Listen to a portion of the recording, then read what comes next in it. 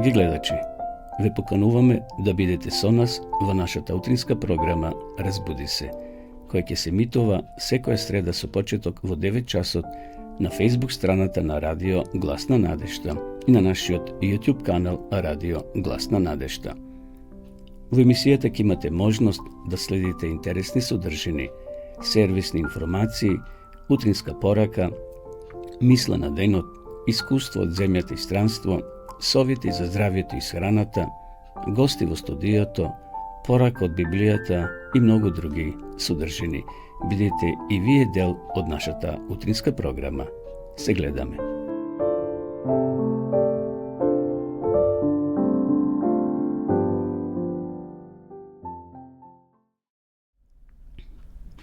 Почитувани гледачи, добро утро. Ја започнуваме нашата утринска програма, односно емисијата Разбуди се, која се емитува секоја среда со почеток во 9 часот. Еве денеска и среда.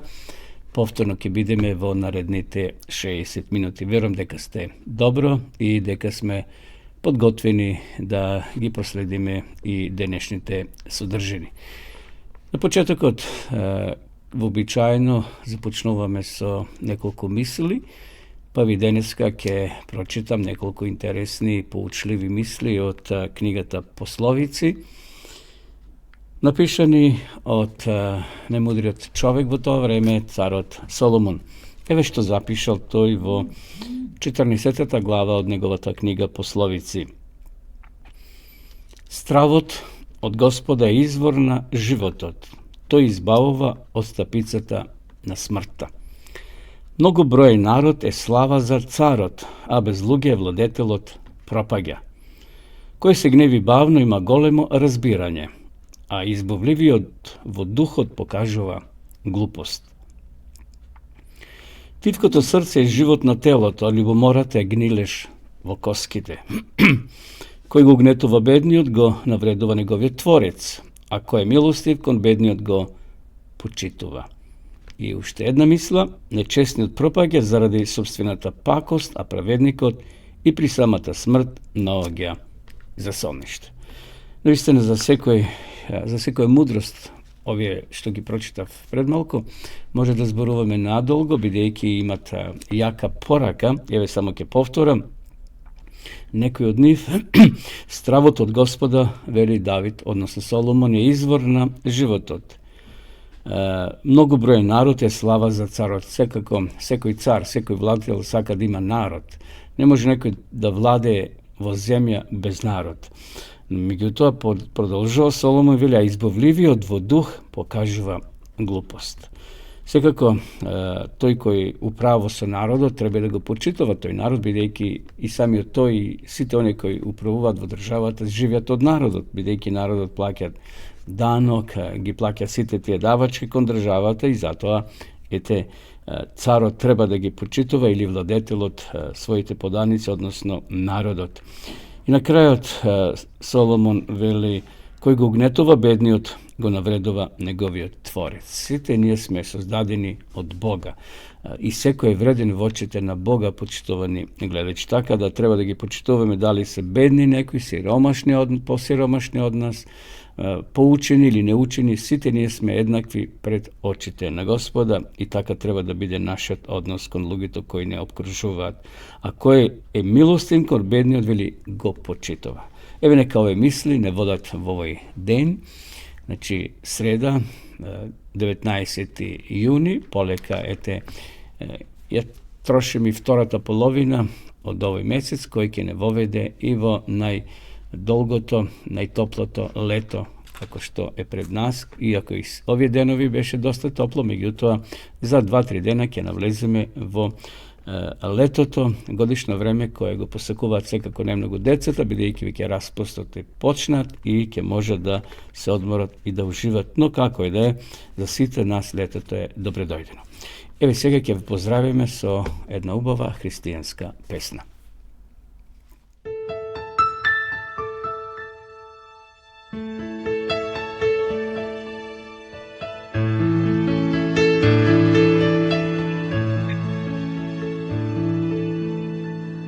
Wonderful, merciful Savior,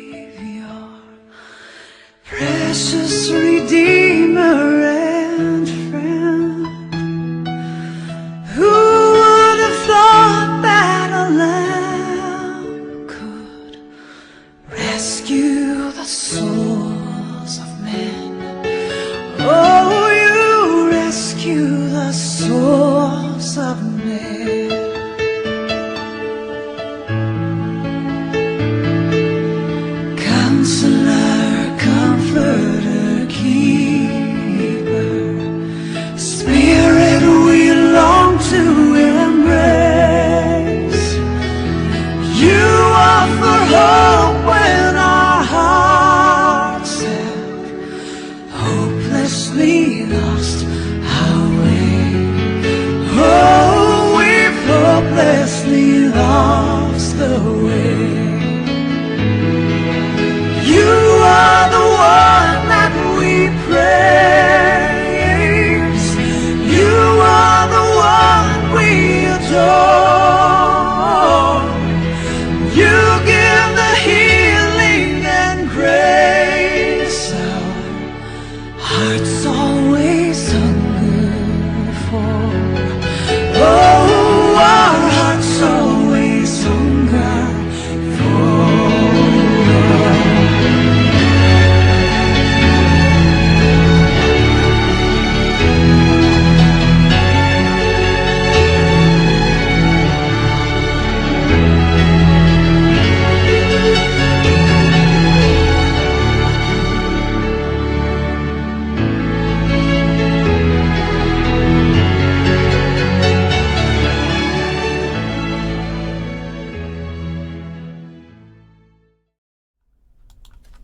Се vraćаме повторно во програма. Потично гледајќи следува рубриката информација, односно сервис информации. Ќе кажеме неколку зборови за времето и за состојбата на патиштата.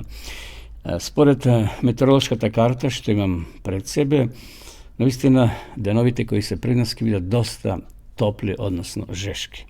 Еве денеска метеоролозите предвидуваат дека ќе имаме температури до 39 степени, што се вели во сенка, а на сонце секако ова бројка ќе се промени. Претежно сончево и многу топло со слаб до умерен ветер од променлив правец. Увезрачението денеска ќе биде 9. Во Скопје сончево и многу топло со слаб северозападен ветер. Најсвежо ќе биде секако во западниот дел од нашата земја, во Беровскиот регион, односно тоа е источниот, новозападниот во Дебарскиот од 14 до 29, а во Беровскиот регион од 12 до 32. Најтопло секако на југот, во Гевгелија од 20 до 39, така ќе биде и во Тиквишијат од 20 до 38, посвежо ќе биде некаде во Охридскиот регион од 16 до 32, Скопје исто така високи 39. Како и да е, лекарите препорачуваат да не се изложуваат луѓето многу на сонце, посебно 10 до 5 часот попладне, така да бидете внимателни. Еве и утре ќе биде уште потопло до 40, во Тиквишијата до 39, повторно Деварскиот регион до 30, Берово до 33, Охрид ќе биде пријатно до 33, Скопје 39. Многу топло, значи еве деновите кои се пред нас ќе не воведат и во летото. 21 јуни прогнозата е до 39, 22 исто така до 40, значи веќе навлегуваме во летото и званично и со високи температури. Како е да е, да не се изложуваме многу на сонце, но кога треба да се излезе секако дека треба, но да се биде внимателен. Увезрачението е многу високо до 9 степени. Состојбата на патиштата е вообичаена, значи непречено се одвиват сообраќајот по суви коловози, интензитетот на сообраќај на патните правци надвор од градските средини умерен. На граничните премини од македонска страна нема подолги задржување за влез и за излез од државата. Иако лето е веќе, има раздвиженост, луѓето се патуваат кон туристичките места, сепак бидете внимателни, значи кога патувате, понесете доволно течности, доволно вода, правите почести паузи или избегнувајте денско возење, односно по дента, бидејќи клима има во автомобилот, но кој ќе излезете надвор, преку 40 степени е температурата, така да бидете крајно внимателни, посебно кога возите во градовите, почитувајте ги пешачките премини, пешакот постојно има предност.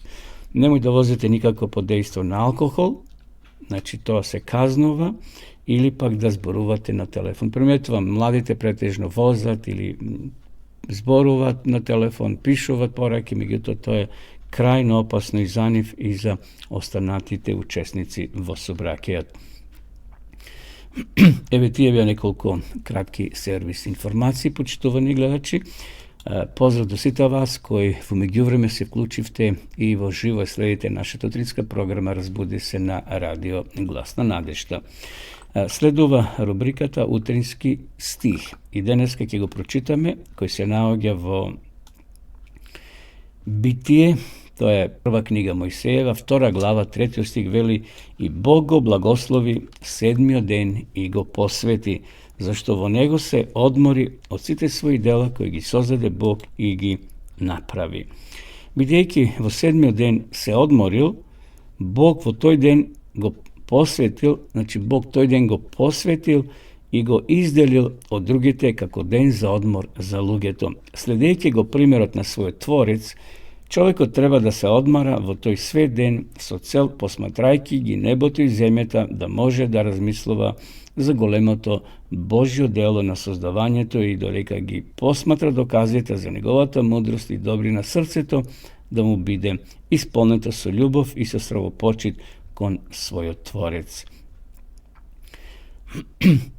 Благословајќи го 7. ден, Бог уште во еден поставил спомен на своето дело на создавањето. Саботата му била предадена на Адама, на таткото и представникот на целото човечко семејство. Со празнувањето на саботата, сите жители на земјата би требало да покажат благодарност кон Бога и да призна дека тој нивниот законит владетел, а тие дело на неговите раце и неговите приврзаници. Ова установа, како посебен празник на сеќавање и спомен, му е дадена на целото човештво. Во неја нема ништо што би представувало сенка, ниту пак нешто што би се ограничувало само на еден народ. Бог видел дека саботата била битна за човекот, дури тогаш, додека уште се наоѓал во рајот. Му било потребно еден ден во седмицата да ги остави сите своји интереси и стремежи, за да може целосно да се посвети на посматрање на Божите дела и на размислување за неговата моќ и добрина. Му била потребна саботата, зашто впечатливо да го посматра или да го гледа Бога. Божја намера е саботата да ги насочи мислите на човекот кон посматрање на неговите дела. Природата му зборува на неговиот разум дека постои еден жив Бог кој создал се и кој владее со се што постои. Небесата ја искажуваат Божјата слава, сводот небесен ги објавува неговите дела, ден на денот му ги раскажува, ноќ на ноќта ги пренесува. Убавината што ја краси земјата е знак на Божјата љубов. Не ја гледаме на планинските висови што стојат од искон, на милните дрвја што се издигнуваат кон небото, во јадрите пупки и во мирозливото цвеќе. Сето тоа ни зборува за Бога. Саботата која без престан го упатува човекот на оној кој создал се, му налага да ја отвори големата книга на природата и во неа да ги следи трагите на мудроста, на моќта и љубовта на Творецот. Вистина, убав коментар и убава порака денеска имаме во утринскиот стих, почитувани гледачи, кој не подсети на саботата, 7. ден во седмицата, ден кој Господ го посветил и го дал на луѓето, односно го предал на луѓето, да во тој ден не само да се физички одмараат, туку да имат и една посебна тесна заедница со Бога. Бидејќи вели самиот Бог се одмарал во 7. ден кога создавал, иако тој физички не се умара, меѓутоа им дал пример на првите луѓе, на Адам и на Ева. Тој ден бил благословен, посветен, значи нешто посебно во тој ден се случува. Уште Бог во еден го поставил спомен на своето дело на создавањето. Саботата му била предадена на Адама, на таткото и представникот на целото човечко семејство. И денеска ние, како Божи синови и ќерки, должни сме да го почитуваме 7. ден, саботата. Неделата е прв ден во седмицата, вели Светото писмо. Читате во Евангелијата, почитувани гледачи, ќе видите дека неделата е прв ден во седмицата. Вели Исус воскресна во првиот ден на седмицата. Саботата е посебен ден посветен на Господа. Божја намера е саботата да ги насочи мислите на човекот кон посматрање на неговите дела. И на новата земја, вели пророк Исаија, секоја сабота народот Божи ќе доаѓа во Ерусалим да се поклони пред големиот Творец. И во Откровение тоа го пишува. Значи, секоја сабота, и зато денеска ние треба да ја прифатиме саботата како ден посветен, како знак. А знакот е многу важен. Знаете, секоја фирма, секоја организација има свој амблем, има свој знак. Саботата е знак на посветување, знак или роден ден на нашата планета, зашто Господ создавал 6 дена, а во 7-миот се одморил. Еве, тоа беше утринскава порака, односно стихот кој го најдовме во Битие, значи во прва книга Мојсеева, рековме втората глава, го читавме 3 стих. Продолжуваме повторно со песна.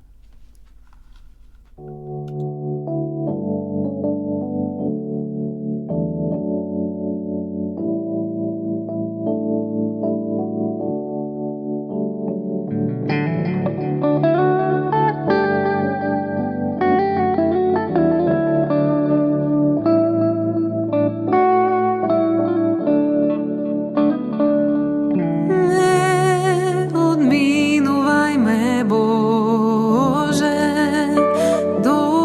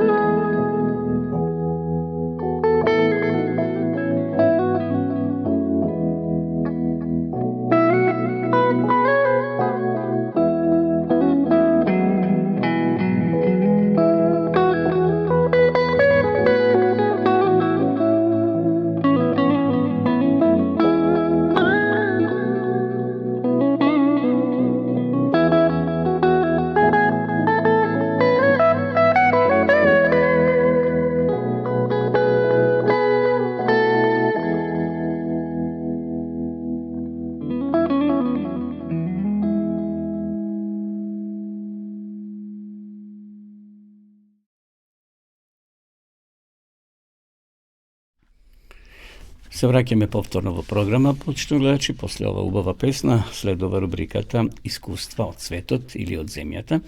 Така да денеска ќе ви пренесем едно интересно искуство од Русија. Ке ни го раскаже Рувим. Училиште полно со чуда. За Рувим христијанското училиште Заокски било училиште на чуда. Адвентистичкото основно училиште и гимназија кои се наоѓаат на кампусот на Адвентистичкиот универзитет Заокски во Русија добија дел од даровите на 13-та сабота пред 3 години.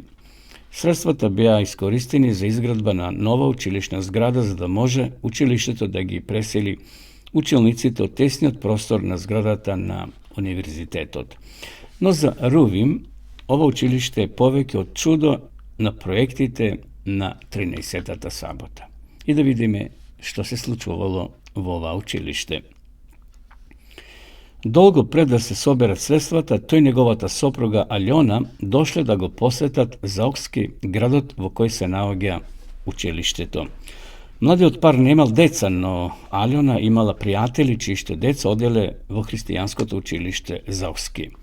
Таа била импресионирана од доброто владење што училиштето го имало врз нивниот, влијанието што го имало врз нивниот живот. Би било одлично да имаме деца и тие да се школуваат во училиштето Заокски, рекла сопругата. Рувим се согласил. Немало адвентистичко училиште каде што тој би можел да служи како пастор во Јужна Русија. Во нивните срца била всадена таа желба, но сонот се чинел невозможен и набрзо заборавиле на тоа. Поминале долги 6 години, а Рувим добил повик од директорот на училиштето Заокски. На училиштето му требало капелан, дали ќе се пресели со семејството во училиштето. Рувим веднаш се сетил на сонот кој изгледал толку далечен и недостижен. Алјона и тој сега имале 3 сина и се преселиле во Заокски толкму во време кога нивниот најстар син требало да се запише во прво деление во основното училиште. За Рувим тоа било навистина Божје чудо. Неговиот син можел да оди во адвентистичко училиште. 2 седмици по почетокот на учебната година Рувим основал една вечерна група каде што децата можеле да ја проучуваат Библијата.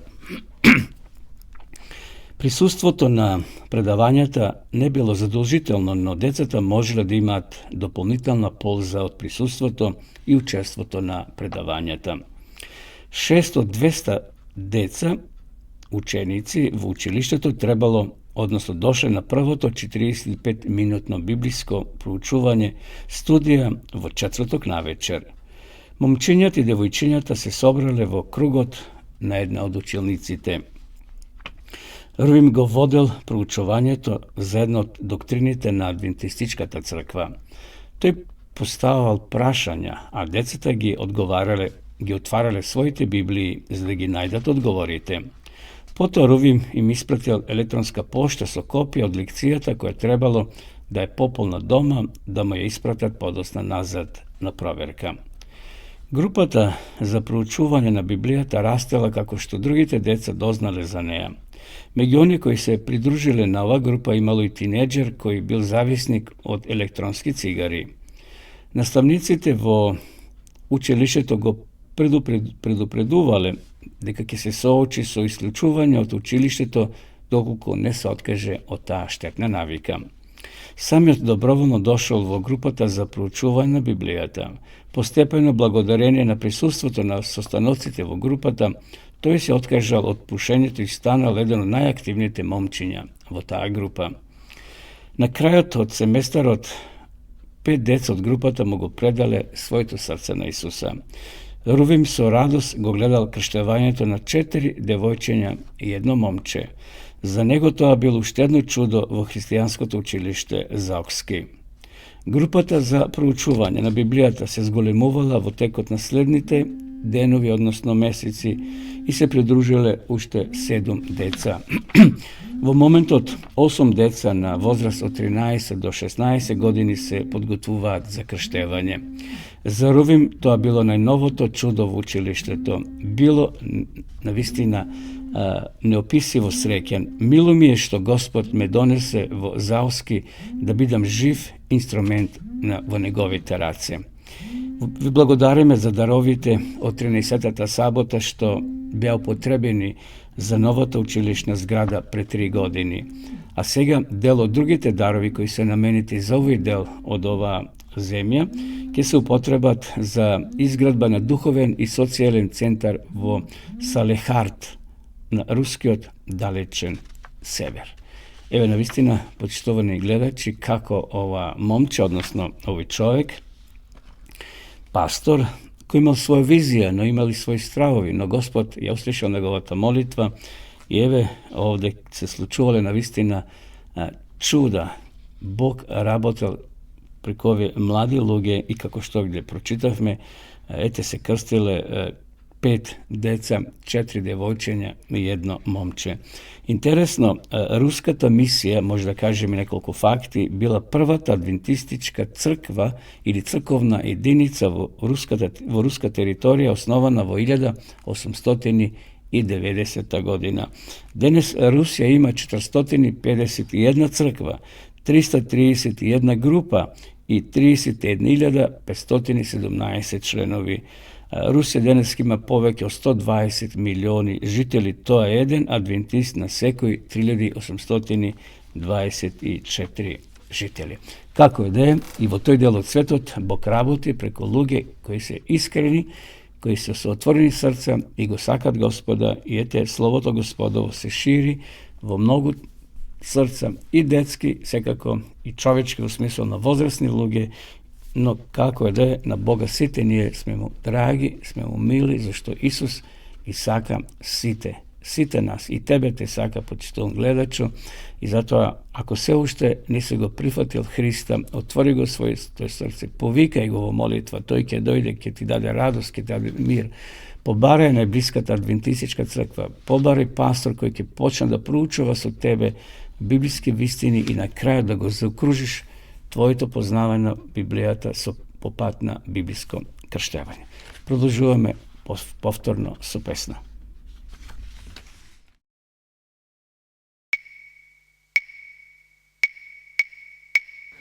Никој на светот не те љуби толку како што те љуби Бог. Размисли ти, сега си млад, слушај го гласот Божи. Никој на светот не ќе те сака како што те сака Бог. Во овој час, штом чуеш глас, не чекај срце, дај му. Никој на светот не те љуби толку како што те љуби Бог. Небото е широко, ко нежната Божја љубов. Високи се горите, но Бог љуби повеќе.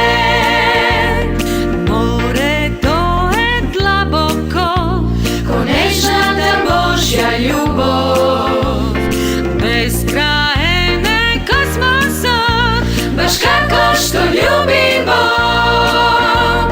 Сега си млад, размисли ти, слушај го гласот Божи. Никој на светот не те љуби толку како што те љуби Бог. Бам, барарарам, бам, bam bararam bam bam bam bam bam bararam bam bararam bararam. Во овој час, штом чуеш глас, не чекај срце, дај му. Никој на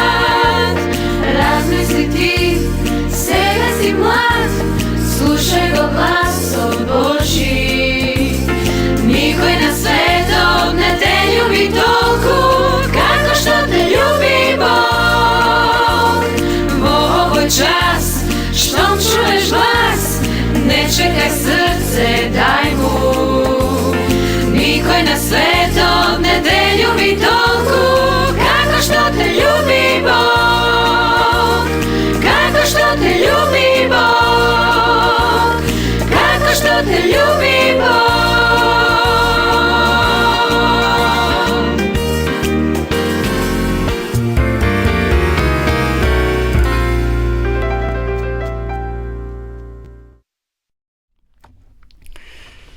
Се враќаме повторно во програма. Почитно гледачи, ја следите утринската програма на радио Гласна надежда разбуди се, емисија која се емитува секоја среда со почеток во 9 часот. Следува рубриката Кратко проучување од Библијата. Денес би сакал да зборувам за Елена Вајт. Може би за некој од вас непозната жена, но сепак во наредните неколку минути ќе одвоиме и ќе кажеме за нејзиниот живот и работа. Која е Елена Вајт? Зошто адвентистите како црква ја прифаќаат, ја признаваат и нејзините списи ги читаат, ги проучуваат. Сепак можам да кажам на почетокот, историјата на Елена Вајт е многу интересна, но јас само ќе пренесам краток дел од нејзиниот живот и зошто адвентистите ја прифаќаат Елена Вајт како пророк. Адвентистите и самата Елена Вајт го темелат повикот кој упатен на пророштвото во книгата на пророк Јоел 2 глава 28 стих и Откровение 12 глава 17 стих. Христијанската адвентистичка црква, почитувани гледачи, верува дека списите на Елена Вајт го задоволуваат библискиот услов признавање на Христа и се во согласност со писмото, значи со Библијата. Низините пораки не се спротивни на Божјото рано откривање преку пророците и преку неговиот син Исус Христос. Зато адвентистите сметаат дека Елена Вајт, иако е човечко битие, е повикан од Бога да биде негова гласноговорничка и тоа на ист начин на кој биле повикани и старозаветните и новозаветните пророци, како што ги има 40 која пишувале Библијата. Иако официјалниот адвентистички став потврди дека списите на Елена Вајт се веродостојни, сепак се сметаат за подредени на Светото писмо. Ние веруваме дека ги пренесувала пораките од Бога за изградба, охрабрување и утеха на црквата. Некои адвентисти смета дека дарот што го имал Елена Вајт пред се служил за духовно храбрување, но не и за одредување на вистината или за исправање на заблудите. Меѓутоа, раните адвентистички водачи признале дека Божјото откровение преку Елена Вајт има и теолошки авторитет. Денешното адвентистичко гледиште потврдува дека списите на Елена Вајт се водич за разбирање на библиското учење и примена на тие доктрини. Елена Вајт сметала дека нејзината улога вклучува и исправање на грешки и отварање на писмото на другите, како што Бог ми го отвори мене. Таа изјавила: должна сум да извршувам дело кое носи голема одговорност, со перо и глас да ги соопштам упатствата кои ми се дадени не само за адвентистите на седмиот ден, току и за целиот свет. Елена Вајт во својата 17-та година го примила своето прво видение и својата кратка порака, односно после кратко време, таа го препознала Божјиот повик да пренесува пророчки пораки. Во текот на 70-годишната јавна служба таа истакнувала дека е повикана како човечко суштество, но дека Божјиот глас и говорил преку својот Свети Дух. Значи, и таа признала, но и првите адвентисти, првите пионири ја признале како гласноговорник Божи, односно како Божи пророк. Елена Вајт потекнува од методистичка црква, била крстена со нурнување кога имала само 12 години и била прифатена во членството на методистичката црква. Методистите во 19 век го нагласуваат уредниот живот, кога Елена Хармон Вајт, нејзиното моминско име, како 14 годишна била многу вознемирена од чувството на вина и страв. Методистичкиот проповедник ја уверил дека во Божјата бесконечна љубов и милост. Елена Вајт никогаш не тврдила дека низиниот авторитет е вроден. Верувала дека низиното полномоштво потекано од врската на синџирот на комуникација преку која Бог му дава упатства на својот народ. Во едно уште неодамдешно истражување барна во сад на тема за читателските навики на протестантските пастори во групата писатели кои најмногу влијаеле на современите млади пастори, се наведува дека името Елена Вајт. Истражувањето покажува дека пасторите помлади од 40 години прогласиле неколку писатели за најдобри, кои старите црковни водачи не ги ценеле високо. Меѓу овие писатели се наоѓа Джеймс Колинс, советник за деловни луѓе, професорот по теологија Том Рајнер, Елена Вајт, адвентистичка позната личност во 19. век. Верниците на христијанската адвентистичка црква никогаш не би требало да кажат верувам, затоа што така вели Библијата и списите на Елена Вајт. Не веруваме во оно што веруваме, затоа што така вели Библијата. Значи, ние треба да ја цитираме Библијата. Елена Вајт секако се цитират и низините списи, меѓутоа Библијата е и над Елена Вајт, што би се рекло. Секој верник на црквата и секој христијан го потикнувала на работа во спасување на оние за кој умрел Исус. Значи, Елена Вајт во сите своји списи, почитани гледачи, кажувала воздигнете го Христа. Значи, воздигнете го Христа во песна, во молитва и во вашите проповеди. И еве сега да резимираме. Ние веруваме дека Светото Писмо е откриена Божја реч и дека е вдахновена од Светиот Дух. Веруваме дека канонот на Писмото е составен од 66 книги на Стариот и Новиот Завет. Веруваме дека Писмото е темел на верата и крајен авторитет за сите прашања на доктрината и практиката. Веруваме дека Писмото е Божја реч изразена со човечки јазик. Веруваме дека Писмото учи дека дарот на пророкување ќе се појави во христијанската црква по новозаветниот период.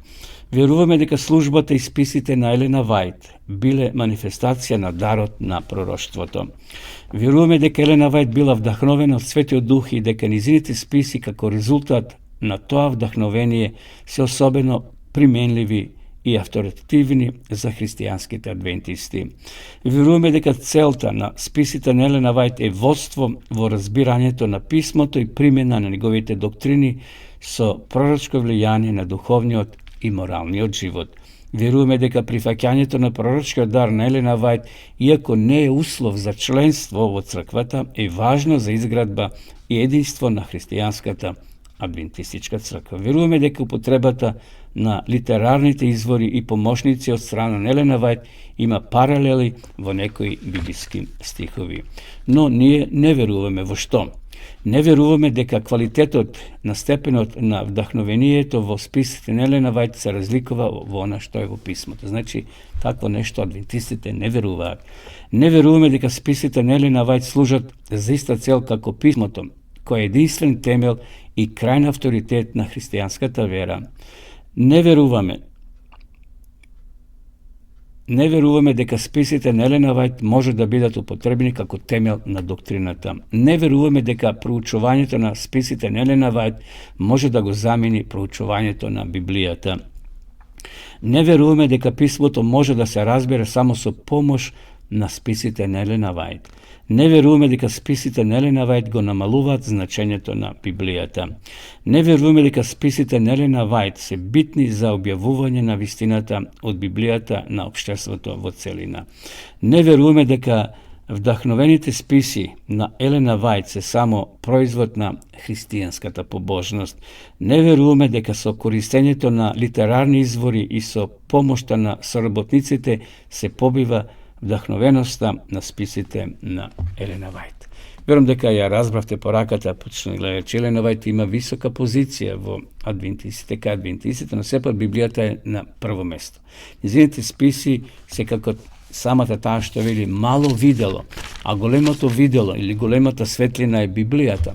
Меѓутоа, списите на Елена Вајт, еве ќе ви покажам една од низините книги, Копнежот на вековите, едно ремек дело, книга која ни го разработува Исусовиот живот, од почетокот до крајот. Така да, Библијата е горе, но таа книга ќе ни појасне некои работи што не се целосно откриени во Библијата, зашто Бог на Елена Вајт ја открил многу детали од животот на Исус Христос. Затоа ние не се колнеме во Елена Вајт, не ја обожаваме како светица, ја почитуваме како Божи пророк, како останатите пророци кои се запишани во Библијата. Но сепак низините списи ни дават една светлина, ни ја тргат прашината ја тргат темнината за полесно да се разберат тие библиски вистини кои се запишени во Светото писмо. Затоа ви препорачувам од се срце да набавите книги, списанија од Елена Вајт кои ќе ви помогнат да ја утврдите вашата вера во Господа Исуса Христа.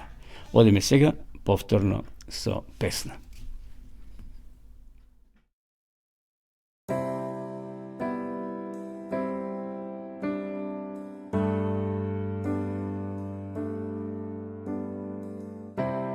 Зарем не ќе кажеш ниту збор,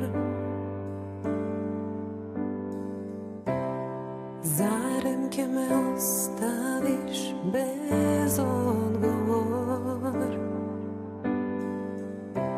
Од твојот свет збор барам начин, барам пат, каде би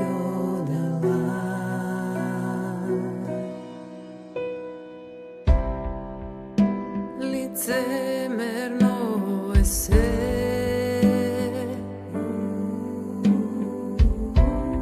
кој е пријател, а кој не. Без твоето светло и без твојот патоказ, каде би стигнала?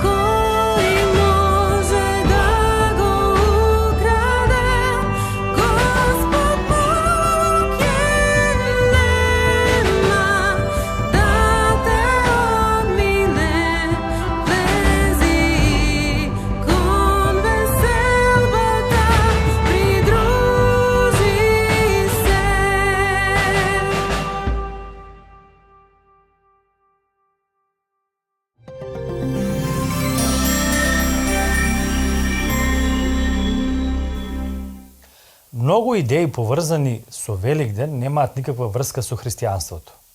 Појадисаните варени јајца, зајаците како символ за Великден и многу други обичаи се само некои од примерите.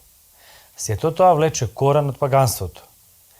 Треба да признаеме дека Великден од самиот почеток има многу нехристијански асоциации, но да ги оставиме бојадисаните јајца и зајаците на страна и да се фокусираме на суштината. Исус умрел и се вратил во живот, односно воскреснал, за да не спаси тебе и мене од гревот и од вечната смрт. Тоа е сршта на христијанската вера. Библијата воопшто не се обидува да го докаже Исусовото воскресение од мртвите. Исусовото воскресение во извештаите на Евангелијата е прикажано како дел од секојдневниот живот.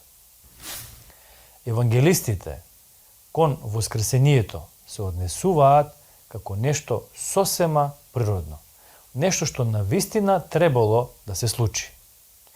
Библијата не се обидува никого да уверува, ниту се обидува да докажува. Едноставно ги наведува сведочењата на очевиците. Христовото воскресение е централната порака на христијанството. Без темелна увереност во Исусовото воскресение од мртвите, останатите христијански верувања не би имале основа.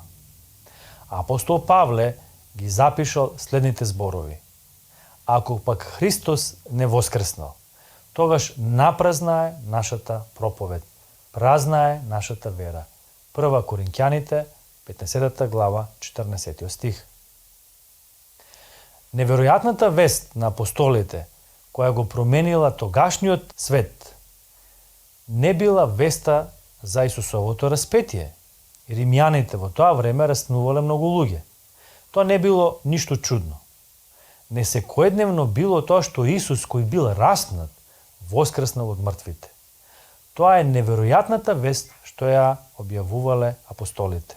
Овој човек Исус, Бог во тело, кој дошол да не спаси тебе и мене, докажал дека има власт и над смртта. Без Исусовото воскресение од мртвите, христијанството би било само низа од интересни приказни и морални учења за правилно однесување, но не би можело да биде темел на верата. Апостолите биле потполно уверени дека Исус е Бог и дека ја победил смртта. Самите биле сведоци на неговата смрт и на неговото воскресение. Тоа ги исполнувало апостолите со непоколеблива вера. Таа вера била вредна за сите мачења и страдања што тие подосна ќе ги доживеат. Англискиот новинар Франк Морисон бил атеист кој одлучил да ги испита доказите за Исусовото воскресение, со цел да ја докаже неисправноста на таквото верување и да докаже дека воскресението е мит. Но во текот на истражувањето, доказите го увериле дека Исус навистина воскреснал од мртвите. На крајот од своето истражување, тој ја напишал познатата книга «Кој го помести каменот», во која го објаснува својот пат од сомнеш до вера. Какво значење има Исусовото воскресение за тебе и за мене? При воскресението на Лазар, Исус ги кажал следните зборови. Јас сум воскресението и животот. Кој верува во мене и да умре, ќе живее. Запишано во Евангелието според Јован, 11 глава, 25 стих. Со други зборови, Исус сакал да каже дека секој оној што ќе го прифати него, за свој спасител и Господ, и да умре, неговата приказна не е завршена. Исус ќе го воскресне кога повтор пат ќе дојде. Тогаш ќе го воведе во вечен живот. Живот без грев, без страдање, без болка, без болести, без солзи, без смрт. Тоа била надежта на првите христијани. Да ги слушнеме зборовите на апостол Павле. Браќа, не сакаме да бидете во незнаење за оние кои се упокоени, за да не тажите како и другите што немаат надеж. Зашто ако веруваме дека Исус умре и воскресна, така Бог и упокоените преку Исус ќе ги доведе со Него. Ова пак ви го велиме преку Словото Господово, дека ние живите, што ќе останеме до доаѓањето на Господ, нема да стигнеме пред упокоените, бидејќи сам Господ, по заповед, на гласот на Архангел и при труба Божја, ќе слезе од небото и најнапред ќе воскреснат мртвите, а потоа ние што сме останали живи, заедно со нив ќе бидеме грабнати на облаците, за да се сретнеме со Господ во воздухот и така секогаш ќе бидеме со Господ. Па затоа, утешувајте се еден со друг со овие зборови. Запишано во прво послание до Солуњаните, 4 глава, од 13 до 18 стих. Ова нека биде и твојата надеж. Надеж дека Исус и за смрт има решение. Надеж во вечен живот, но и квалитативно подобар живот. Надеж во она што од секогаш сме го посакувале, а не можеме да го имаме на оваа земја. Надеж што само Христос може да ја даде.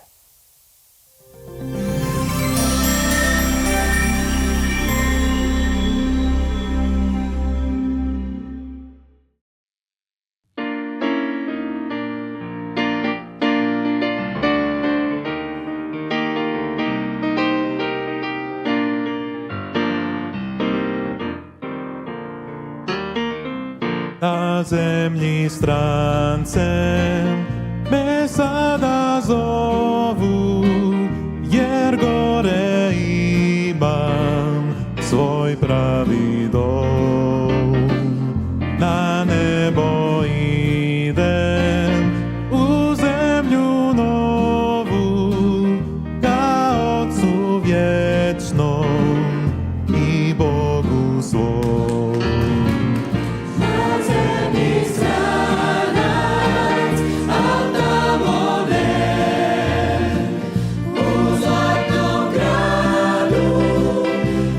Čekame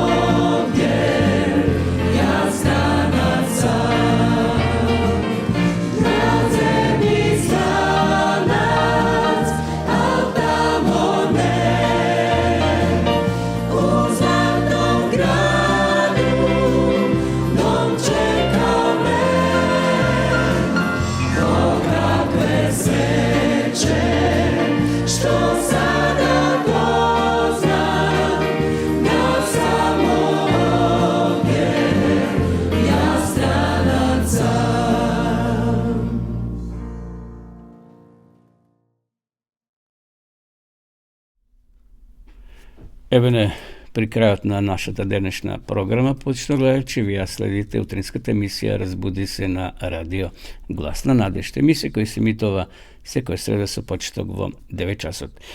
Една информација што сакам да споделам, нешто што се случи минатиот викенд, веќе беше најавена таа информација дека на 15 јуни, тоа беше значи минатата сабота, на 12 јуни, минатата сабота, во Скопје се одржа собор на адвентистите во хотелот Континентал, каде што навистина имаше доста луѓе собрано и го прославија Господа. Имавме гости и од Србија, беше секретарот при нашата унија Зоран, кој се обрати до присутните.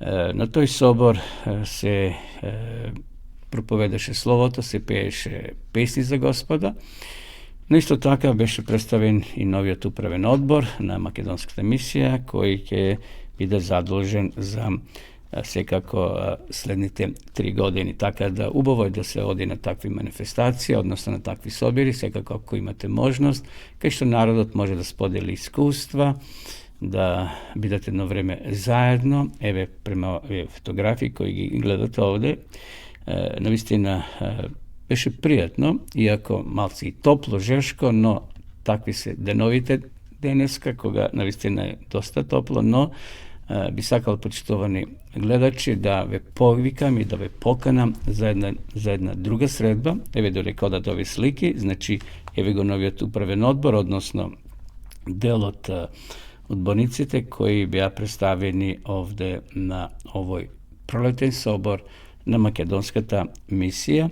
И затоа само уште едно мало подсетување, како што спомнав, во иднина повторно ќе се организира такви манифестации, такви собери, па ако сте во можност, убаво е да дојдете и да заеднички се прослави Господа, се разминуваат искуства и се запознаваат нови пријателства. Оно што следи наредниот викенд, како што веќе спомнав, значи во Прилеп ќе се одржи јубилеј 100 години од основањето на црквата во овој град. Така да ве покануваме, вие кои можете да дојдете, да бидеме едно време заедно. Ќе има тука и пастори кои служиле во минатото, ќе се спомнат и други интересни факти, историски податоци за првите верници во тој град, бидејќи црквата во Прилеп, може да кажеме, мајка и на многу други цркви во Македонија, каде што од Прилеп мисионери оделе како во Каладарци, Неготино, Струмица и Гевгели и така натаму, каде што го ширеле словото Господово. Значи, тоа ќе се случи на 22 јуни со почеток во 10 часот. Црквата се наоѓа на улица Браке Ламиски, број 46, во непосредна близина на самиот центар во градот. Еве да ја слушнеме сега и видео пораката. Почитувани пријатели, ве покануваме на јубилеј 100 години од адвентизмот во градот Прилеп. По тој повод на 22 јуни 2024 година во салата на Христијанската адвентистичка црква во Прилеп ќе се одржи свечено богослужение 100 години од формирањето на црквата во тој град. Затоа ве покануваме да бидете и вие дел од овој јубилеен настан. Се гледаме.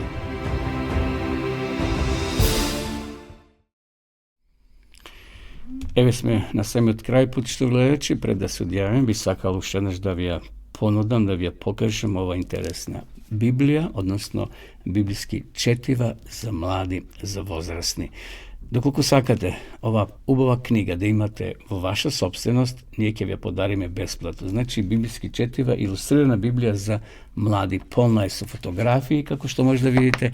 Значи, бесплатно ви ја нудиме, само ако ни се јавите, ако пишете на нашата адреса, го имате доле и мобилниот телефон, пратете SMS порака, ние ќе ви испратиме по пошта без било какви обврски, или нашите соработници ќе ви ја достават на вашата домашна адреса. Значи, ви ја нудиме бесплатно, имаме уште неколку примероци, така да доколку се одлучите да ја имате, слободно пишете ни, а ние ќе ви ја испратиме. Доколку сакате да ја проучувате и Библијата, значи Светото писмо, исто така ви нудиме и бесплатно комплетно Светото писмо, но ако сакате истото да го проучувате, еве ви нудиме бесплатна електронска дописна библијска школа. Доволно да напишете bibliatezborova.mk на вашите компјутери и ќе отворите ова прекрасна страница кај што има 8 подрачја на дописната библијска школа на еден интересен, непосреден начин. Дома сами вие ќе одговарате на прашањата кои се назначени и на крајот ќе добиете една прекрасна диплома како спомен на вашето проучување. Да видиме сега и самата реклама за дописната библијска школа.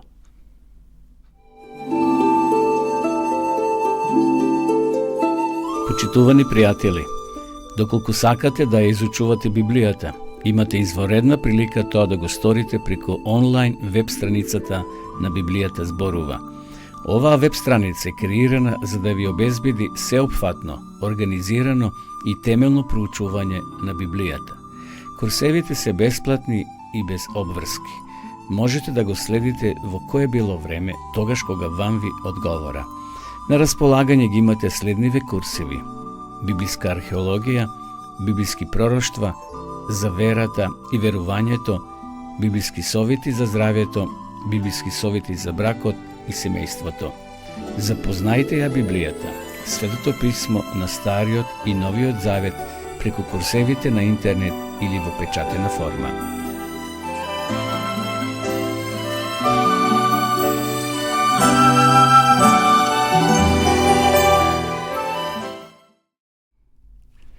Почитувани гледачи, дојдовме до самиот крај на ова наша заедничка утринска емисија Разбуди се. Ви простанува да ве поздравам и да ви посекам убав ден, убава седмица. Пред нас останува уште една емисија во рамките на оваа сезона, значи следната среда би требало повторно да бидеме заедно и потоа ќе дадеме уште неколку информации на самата последна емисија што ќе имаме.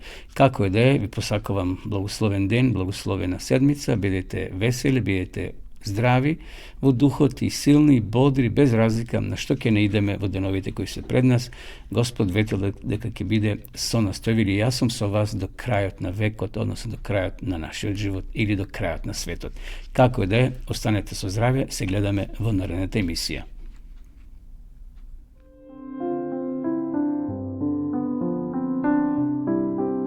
Драги гледачи, ве покануваме да бидете со нас во нашата утринска програма Разбуди се, која ќе се емитува секоја среда со почеток во 9 часот на Facebook страната на Радио Гласна надежта и на нашиот YouTube канал Радио Гласна надежта. Во емисијата ќе имате можност да следите интересни содржини, сервисни информации, утринска порака, мисла на денот, искуство од земјата и странство, совети за здравјето и храната, гости во студиото, порака од Библијата и многу други содржини. Бидете и вие дел од нашата утринска програма. Се гледаме.